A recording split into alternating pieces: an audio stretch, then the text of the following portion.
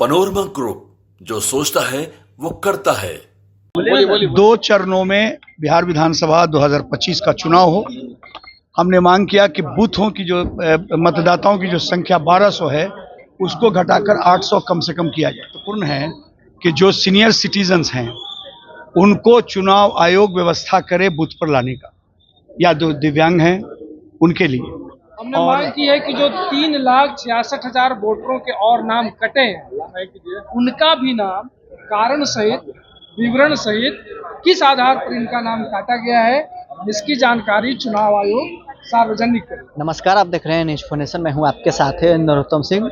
सभी राजनीतिक दलों के साथ चुनाव आयोग की बड़ी बैठक समाप्त हो गई है। पटना के होटल ताज में आज चुनाव आयोग की ओर से बैठक का आयोजन किया गया था, जिसमें सभी राजनीतिक दल के नेता शिरकत किए हैं। चुनाव आयुक्त ज्ञानेश कुमार की अध्यक्षता में ये बैठक हुई है। सभी से विचार विमर्श किया गया है। कुछ लोगों का कहना है कि एक चरण में चुनाव हो, तो कुछ लोगों का ये भी कहना है कि 2 चरण में चुनाव हो।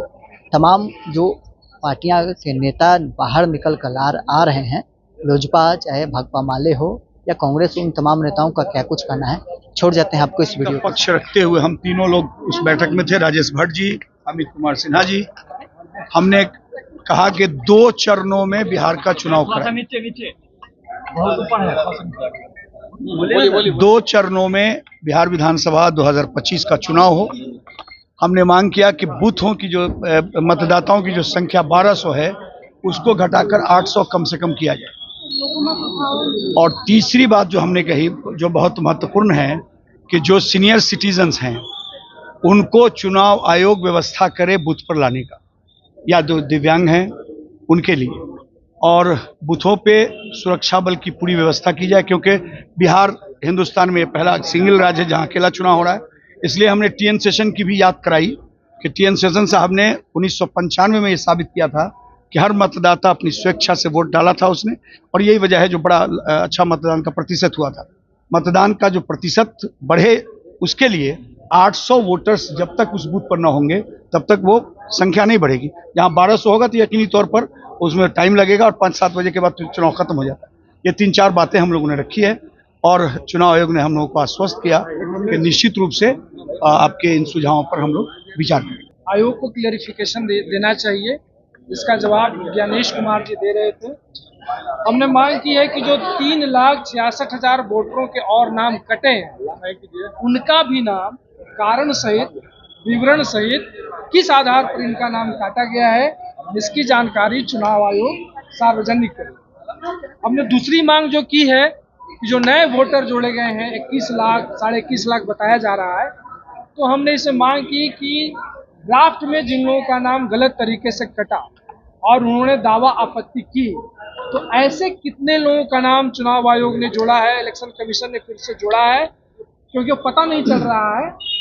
दोनों नाम मिला दिए गए हैं, दावा आपत्ति वाले भी और नए लोगों का भी, दोनों को फॉर्म 60 भरना पड़ा है, तो उनका नाम वो अलग अलग करके बताएं, बूथ वाइज जारी करें। हमने तीसरी मांग यह की समझने के लिए कि बिहार में जो सेक्स रेशियो है, पुरुष और महिला का अनुपात, जो जनगणना के अनुसार महिलाओं की संख्या 914 है, लेकिन एसआईआर की जो लिस्ट आई है इसमें यह संख्या 892 है। तो हमने चुनाव आयोग से पूछा कि बिहार में महिलाओं की संख्या गिर गई है या फिर महिलाओं का नाम ज्यादा काटा गया है, इसका कोई क्लेरिफिकेशन हमारे पास नहीं है। आयोग ने कहा है कि वो जांच करके इसको देखेंगे।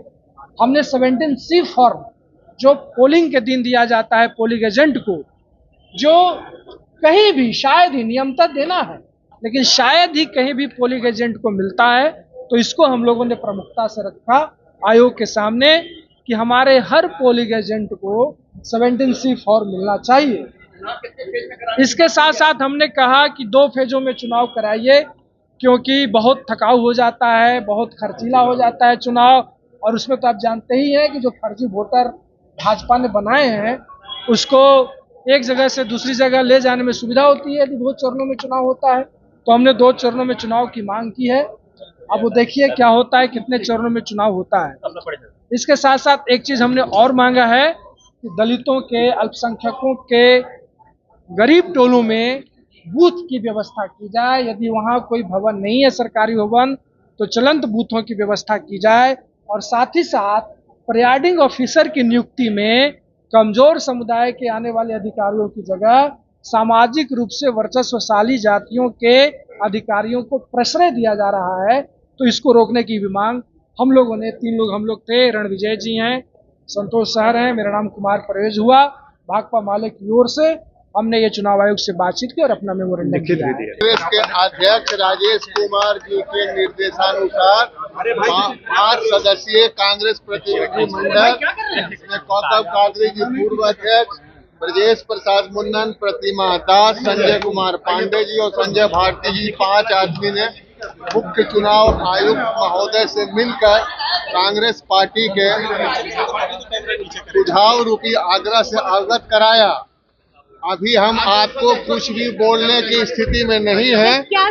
अध्यक्ष महोदय प्रेस कॉन्फ्रेंस करके सदाकत आश्रम में विस्तृत जानकारी देंगे। हम यहाँ पे आपको कोई बात नहीं बता सकते हैं, लेकिन हमारी बातों को माननीय श्री ज्ञानेश कुमार जी मुख्य चुनाव आयुक्त महोदय ने हमारे प्रतिमंडल की बातों को गंभीरता से सुना और कहा कि जो भी आपका सुझाव है कांग्रेस पार्टी का उस पर समुचित कार्रवाई होगी। लेकिन नहीं, हम नहीं दे सकते हैं, हम सदाकत आश्रम में हम